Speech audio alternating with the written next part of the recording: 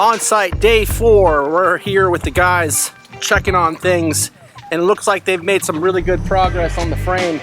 The outside beams are doubled up. All the joist hangers are hung, both on the outside band and on the ledger.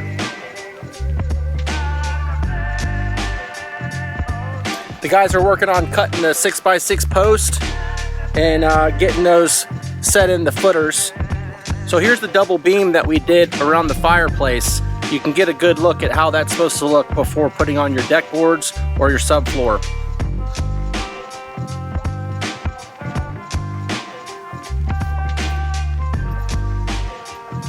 So you have to remember when you set up these beams to leave a little bit of space between the bump out wall and that beam.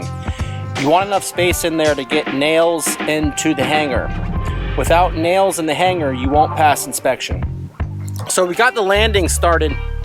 You can see how we're framing this out.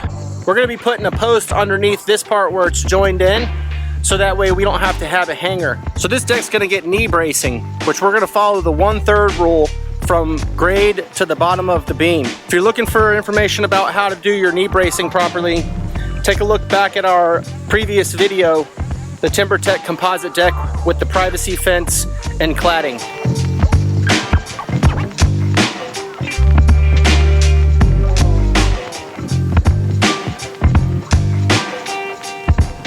Always remember to plumb up your posts before you set the concrete.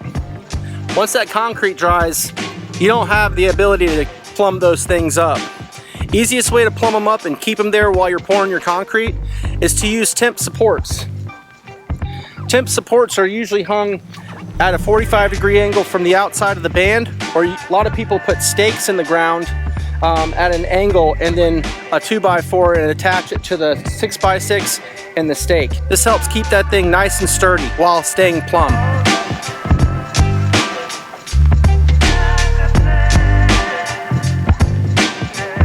Don't forget, your hangers need to be completely connected to the bottom of the joist. If you have a space there, you'll fail inspection. You see here how we suspend the 6x6 post now. So this one's ready for concrete. Always remember to pre-mix your concrete really well. Follow the directions on the concrete bag if you're not familiar with it. You can't mess it up if you follow the directions on the back of the bag. Siesta!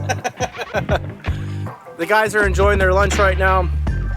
My visit went well. I am on my way out, and we'll check back with them shortly.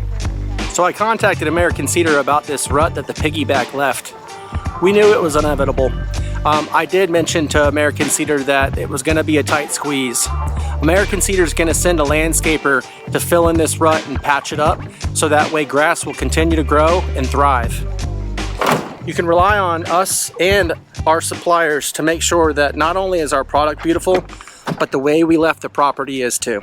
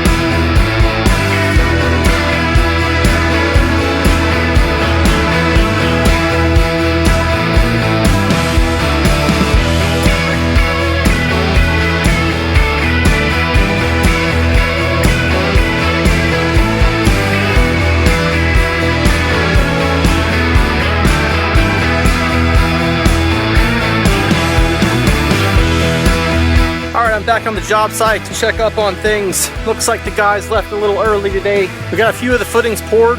They'll be finishing up the footings tomorrow and getting that subfloor on top. A lot of that was supposed to be done today, but things come up and sometimes the crew can't stay here all day, but that's understandable. We got one simple goal in mind. It's a quality product. It doesn't necessarily mean it's going to be a quick one, when it's time to cut, sometimes it's time to cut. It is Friday, so I imagine that they're wanting to get home and enjoy an evening with their family.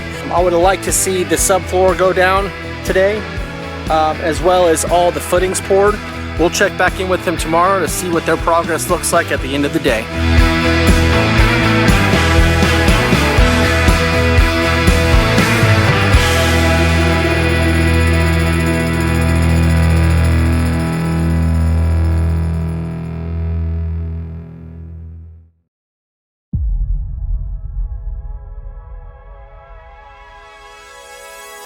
What a treat. The guys decided to come out and work on the weekend to get the subfloor installed.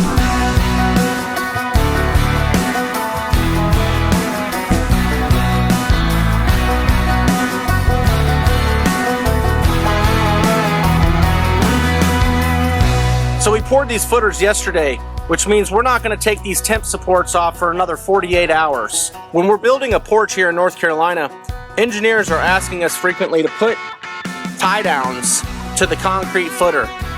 It's pretty much basically protecting this porch from any kind of uplift. So in the event of a hurricane, this thing's not going to go anywhere. The subfloor is going to get screwed in, but while he's laying it down, he's going to temp it in with some nails just so it doesn't move as he's doing the install.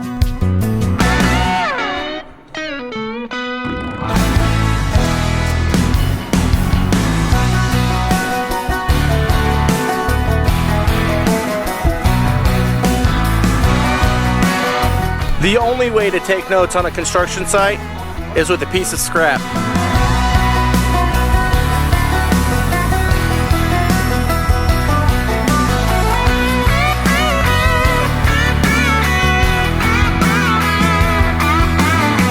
So when installing subfloor, it's important that you stagger your 4x8s.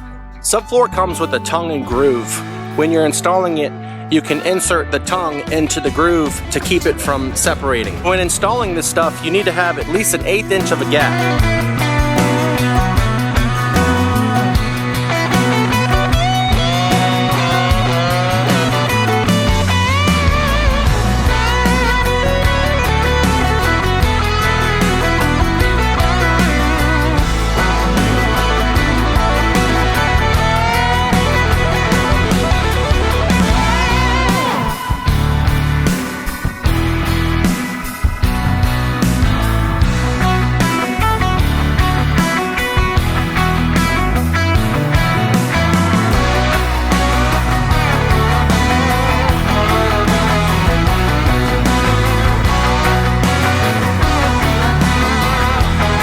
A lot of times owning a construction company, you tend to feel like the delivery man. But that's okay. You do what you gotta do. I mean, unless you want to pay someone to do it.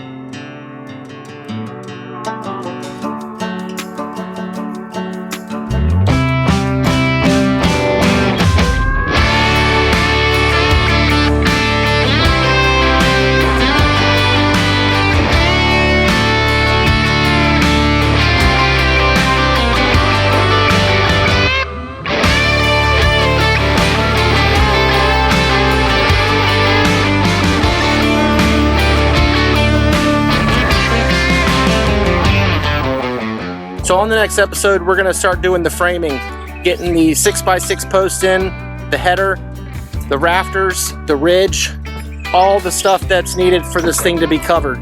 You don't want to miss that episode.